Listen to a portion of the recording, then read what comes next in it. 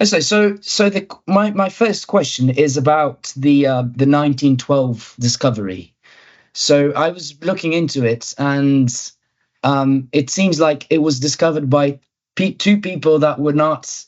So one was an academic was a Cambridge geologist, but the other wasn't really an academic. He was a cave art expert.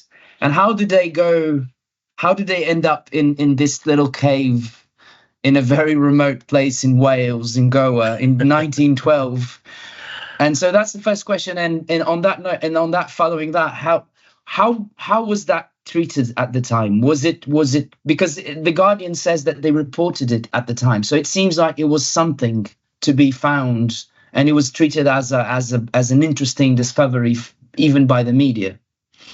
I'll just say one word, and the word is Altamira. So Altamira in northern Spain had been ignored for quite some time. The rock art, these beautiful sleeping bisons, had been discovered in the 1880s, then completely trashed by the academic community. And it wasn't until 1902, so that's just 10 years before this discovery in South Wales, that rock art was actually recognised as a prehistoric entity. And that's when the Abbé Broyel, the famous French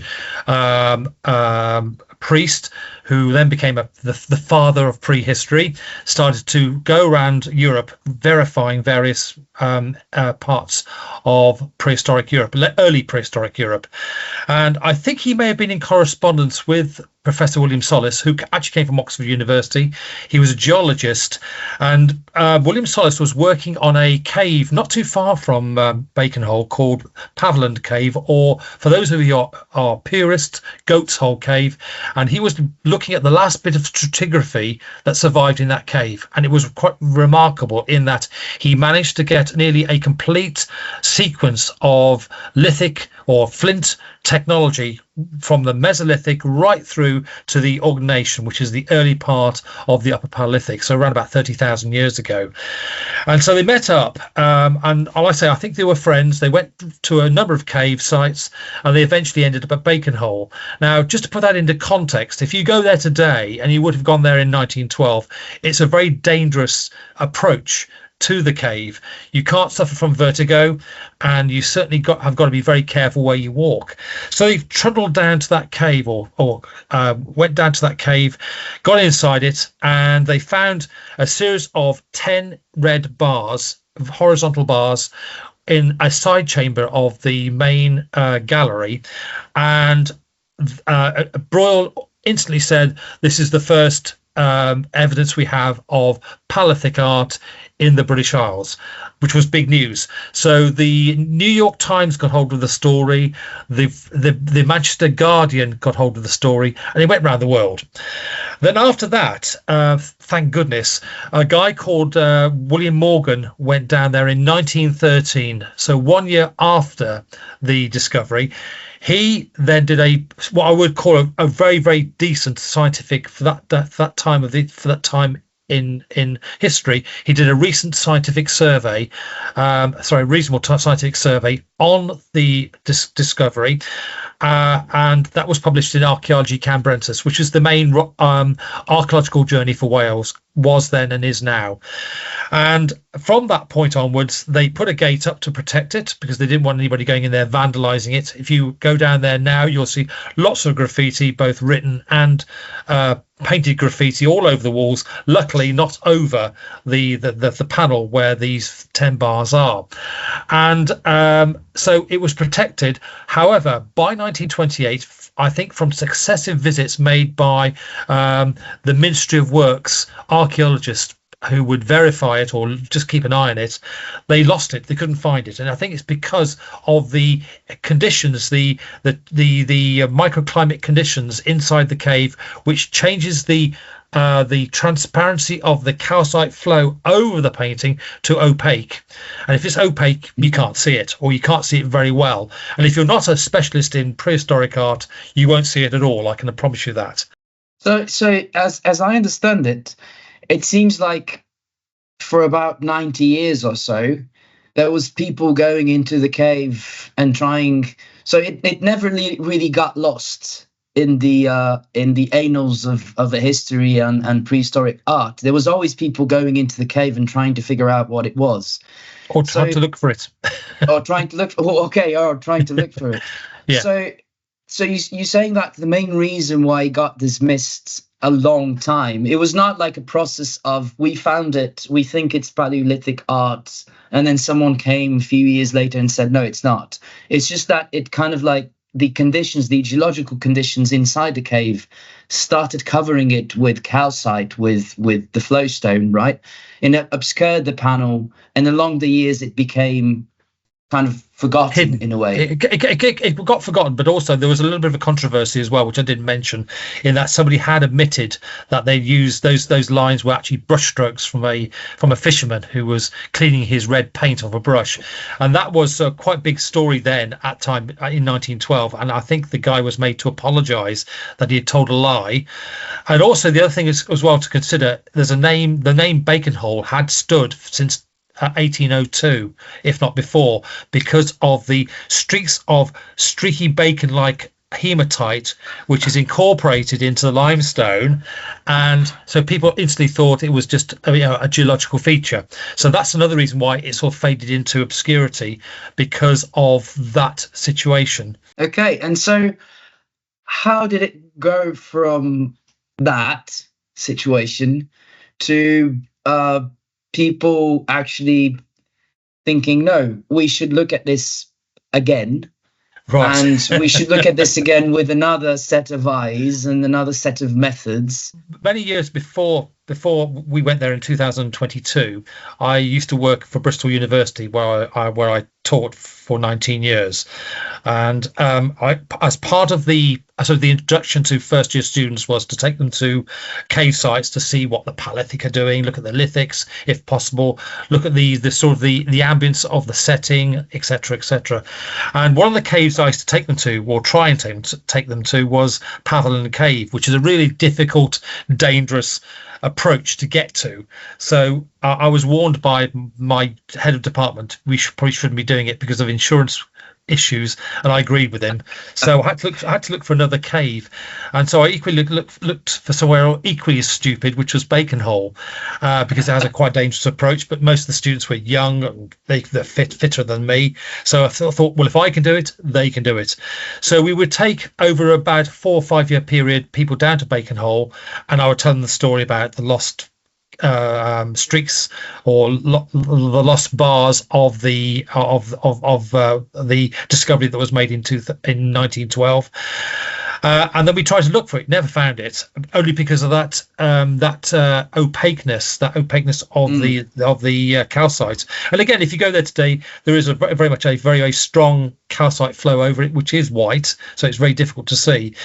And for one reason or another, we had a big problem with a filming project that we were doing in 2021, 2022, which was looking at Paleolithic art in Europe. So we were going to Spain, France, Italy, and because of permissions and whatever, we had to sort of organise an emergency group of sites in the UK. So we went to the Mendips, we went to South Wales on the Gower, and so one of those sites was Bacon Hole. So we went in there, and Barbara was with us. Barbara was doing the filming, like we were in front of camera, and she just turned to me one day and said, "Hey George, are those red lines you've been looking for?"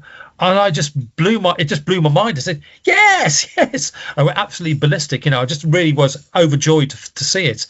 And because she was doing her PhD at Exeter, she was about to sort of hand the damn thing in, so she couldn't get involved. So I immediately sort of said, right, I'll take control of this one, because I knew what to do.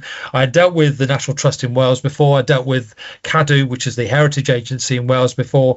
So we had good synergy, good conversations, and it was then decided that we would then try and date it. So we've dated it, and also more importantly, we've protected it as well, because the last thing I did at Bacon Hole was to do an excavation across the side chamber, so we could put a steel grill in there to protect the bats, because the bats are again protected by the Wildlife and Countryside Act 1981, so protected by law.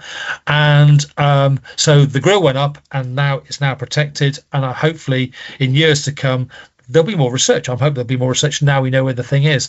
But as a side answer to that as well, we've also found new art on the other side opposite the Bacon Hole bars that was discovered in 1912.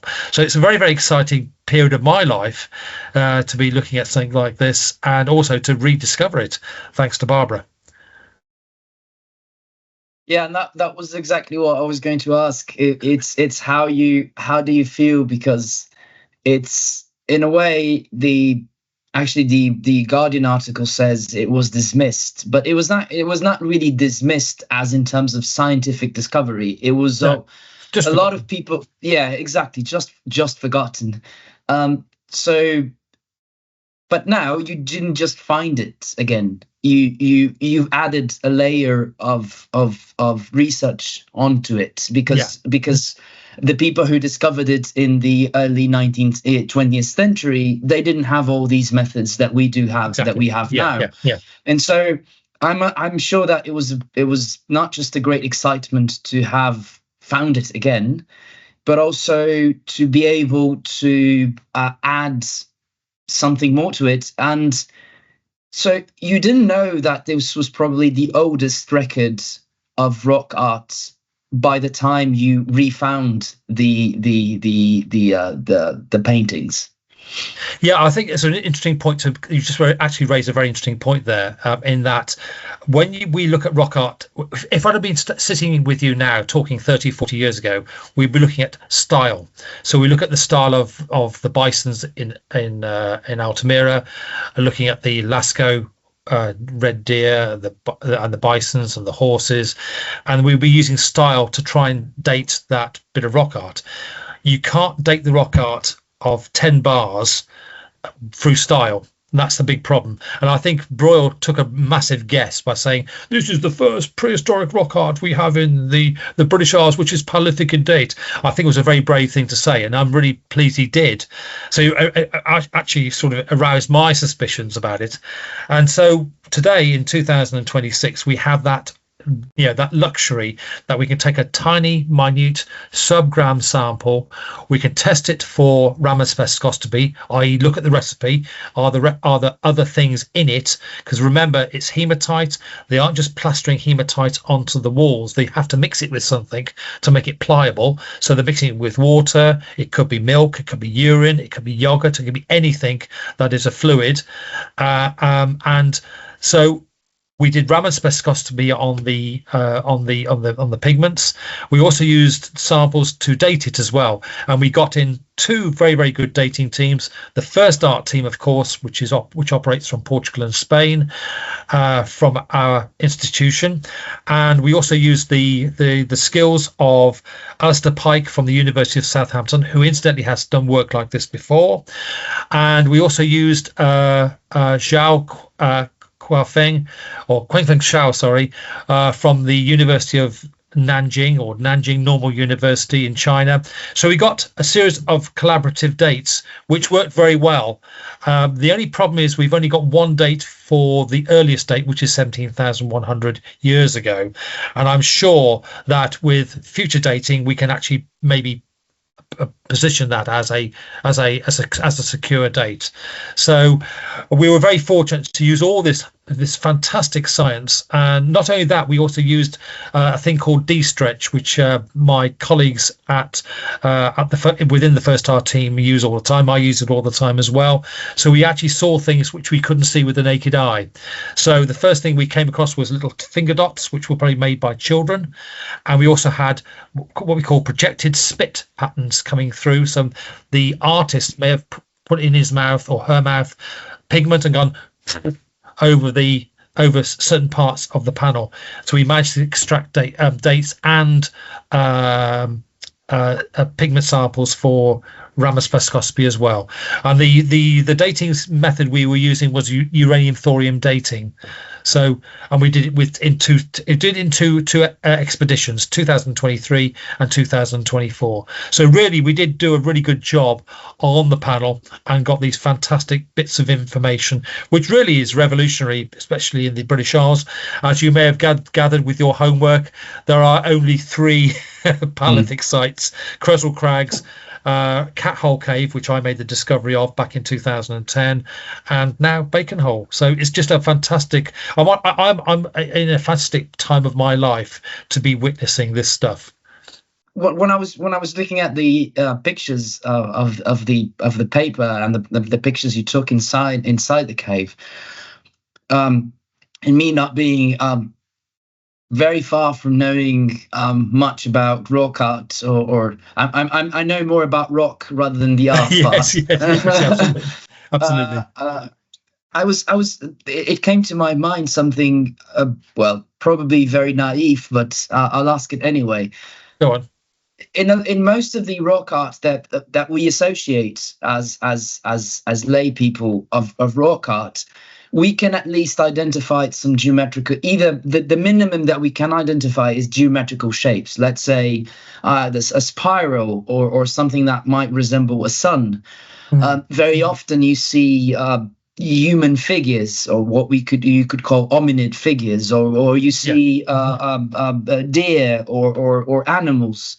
But in Bacon Hole, there's stripes. There's horizontal stripes. Yeah.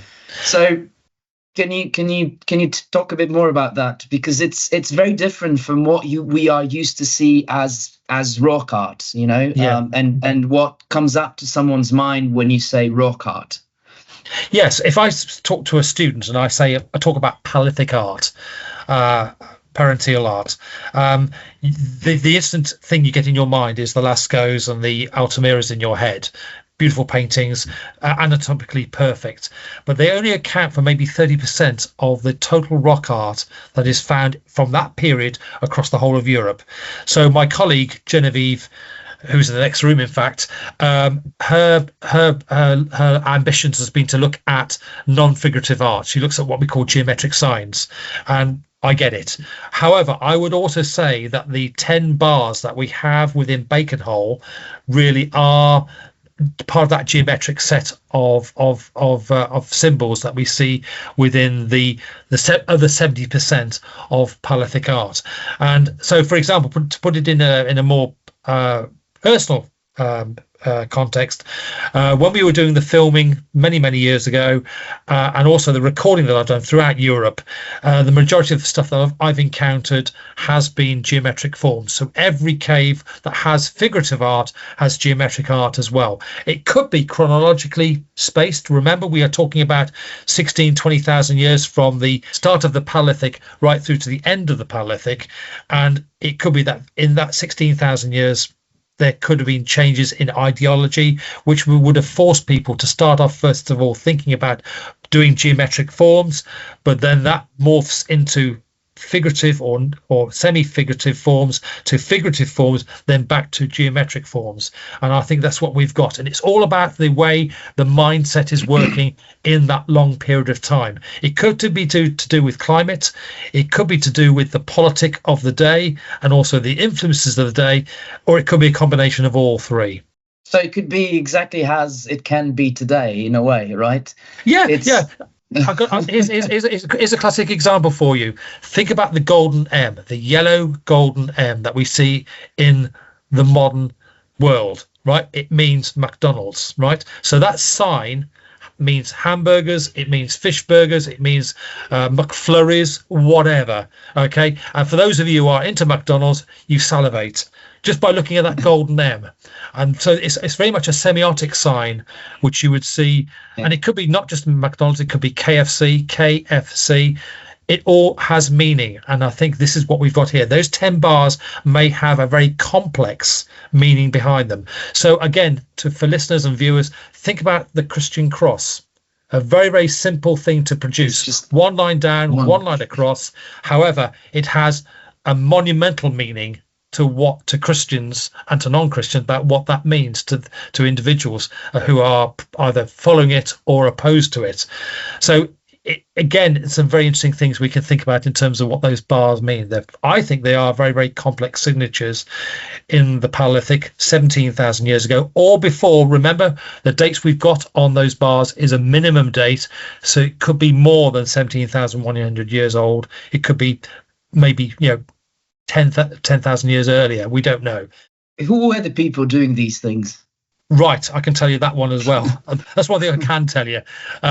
We do know that at the time of 17,100, that the Bristol Channel, which is a large chunk of water which separates Wales from southwest England, if we see that today, we see a vast expanse of water, and it's been fed by tidal and also by the River Severn, which is the largest river we have in the British Isles, flowing into it. However, 17,100 years ago and before, if I would look north behind the cave, there would be about a kilometre and a half of ice, and the Bristol Channel would have been a flat plateau or flattish plateau, and within that plateau would have been sedges, lichens and grasses, which would have attracted obviously megafauna such as mammoth, horse, bison, reindeer and elk, amongst other things.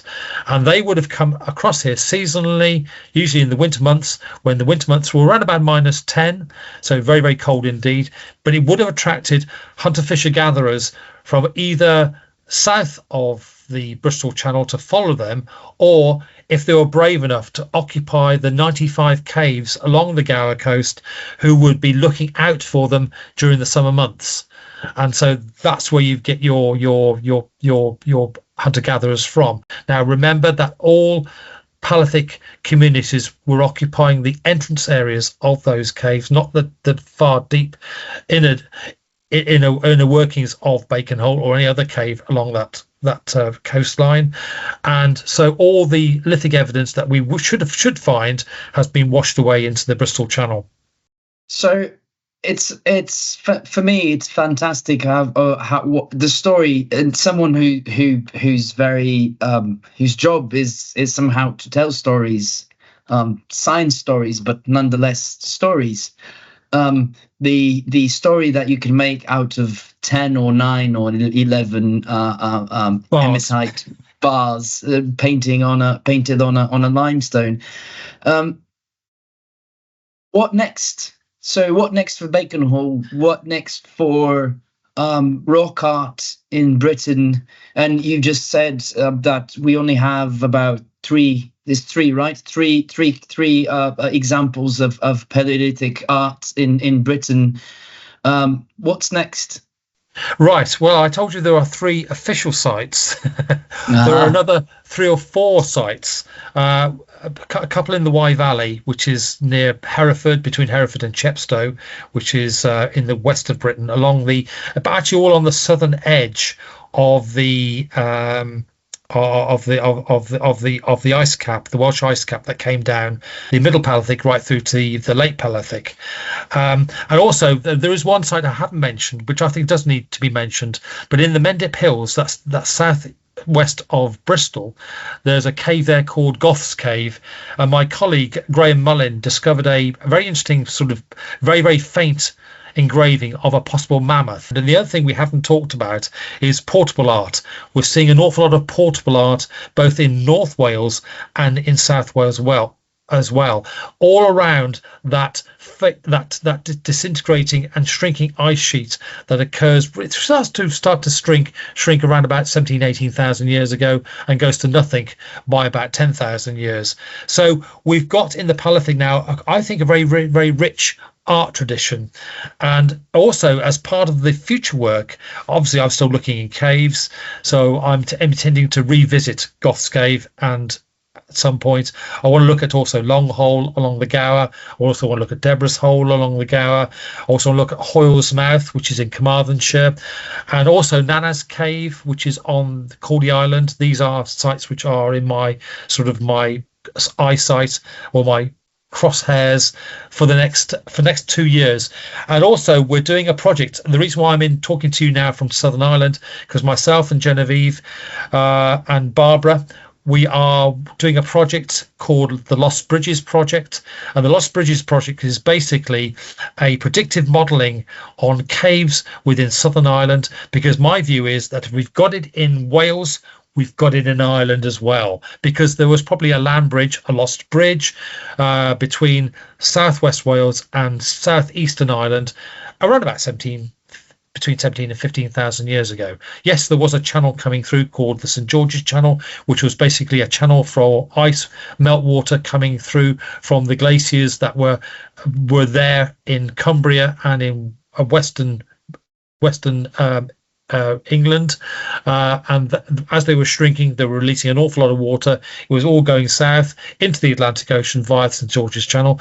But we're here to explore between 30 and 50 cave sites at first in County Clare, which we'll be tackling in 2 days' time, and then next year we'll be thinking about another project of phase 2, hopefully to look at more caves in other counties of Southern Ireland. So the Lost Bridges Project, remember that name. That'll be the next big project that we're doing. So we haven't just stopped. We are expanding our views on what is going on. And I suppose that this rediscovery is just basically justifying the existence of these projects and saying, look at this, there has to be more, right? Yeah, exactly. That if this one is here, then along the coast and well, at least along the border of the ice, there must have been, people were progressing north, I suppose, as the ice was retreating. Yeah, exactly. Right? Yeah, exactly. Yeah. And so you're pretty much doing the same. You're following the path that people made 70,000 years ago, progressing with the retreating ice. Yeah, well, I think, I mean, the way I would sum up is I'm very, very proud to be part of a project, part of the First Art team, and working with my colleagues Genevieve and Barbara. And the only snag is, and you'll probably might laugh at this, and so your viewers, I wish I was 30 years younger and a bit more fitter. Because but I mean, some of the caves don't we all? Yeah, well, some of the caves that I've been involved in, especially with First Art team, are, I would call, for me, a bit of a problem. My body isn't as bendy as it was, say, 30 years ago, and that's the big problem. And the big frustration is that a lot of these sites, you'll see there's a pattern emerging, that it's not just they're not painting around the entrances, which I wish they would. They're painting it within the inner recesses of these caves in sometimes very, very difficult areas. For example, last week I was involved in the First Art dating and DNA team, dealing with extracting pigments for sampling, for dating, for RAM spectroscopy and DNA, and these were in Andalusia. So I was doing Cueva de la Victoria, Ardiles, and what's the other one? God, I've lost my brain. It'll come to me in a minute. But anyway, we were doing this sampling, and these were in difficult parts of the cave. So I just wish I was a little bit younger to get down. I mean, I do it, but I have that inherent fear that an old man is going to get stuck one day, and that's the big problem. All for science. All for science. All in the name of science. Yeah, you got it. All in the name of science. Maybe I one day I'll become a scientific relic myself. Well, I think George, thank you. I think we have a great picture of Bacon Hole's story and how it's basically contributing for people to understand that in a way, for me, it's not just the science itself and the discovery and the fact that people it's this idea that humans have changed, but not as much as we probably think they have along the years. You know, we do art, and you were describing that it might be figurative, semi-figurative, or it might be abstract. We still do it, and at the end of the day, it seems like it's all we take. it's the art itself, it's the culture, and not a whole bunch of other things that we might be worried about. And so thank you very much. I think this is a great addition to the research paper and to what we can then tell about Bacon Hole and the personal stories that you just told. So I think it's super interesting. Thank you very much. Thank you.